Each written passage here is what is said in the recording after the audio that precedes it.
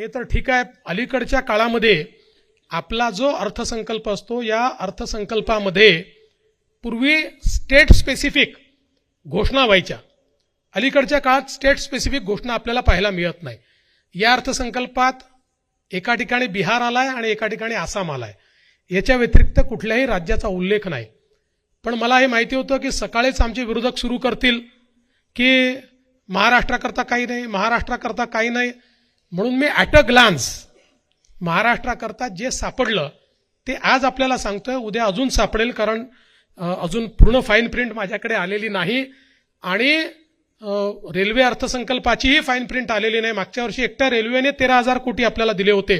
पण आता नुसते जे म्हणजे कॉमन पूलच्या स्कीम्स मी सांगतच नाही, त्याच्यामध्ये तर आपल्याला जवळपास 30-40 कोटी मिळतात. पण स्पेसिफिक स्कीम्समध्ये आपल्याला मुंबई मेट्रो करता जवळपास या ठिकाणी 1,255 कोटी, पुणे मेट्रो करता 699 कोटी, MUTP हा जो आपला कार्यक्रम आहे त्याला 511 कोटी, त्यानंतर MAR साठी जो काही एकात्मिक आणि हरित प्रवासी सुविधा आहे त्याकरता 792 कोटी, आपले हायस्पीड रेल करता 4,004 कोटी, त्यानंतर एक सर्वसमावेशक इकॉनॉमिक क्लस्टर तयार करायचा आहे त्याकरता 1,094 कोटी, महाराष्ट्र ग्रामीण जोड सुधार प्रकल्प म्हणजे हा रस्ते प्रकल्प आहे गावांपर्यंत, याच्याकरता 683 कोटी, महाराष्ट्र ॲग्री बिझनेस नेटवर्क 596 कोटी, ज्यातनं आपण गावातली प्राथमिक सोसायटी ॲग्री बिझनेस सोसायटीमध्ये त्या ठिकाणी कन्वर्ट करतोय.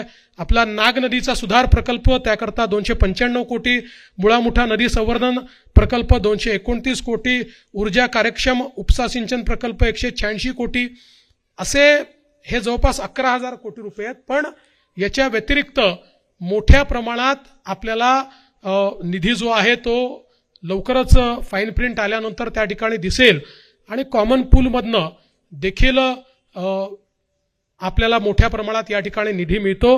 त्यामुळे मला असं वाटतं की महाराष्ट्राला काय मिळालं तर मी हे निश्चितपणे सांगेन की CEN न्यूज देश प्रदेश की ताजा तरीन खबरों के लिए CEN न्यूज को सब्सक्राइब करें और रहें पल पल की खबर से हर पल बाखबर.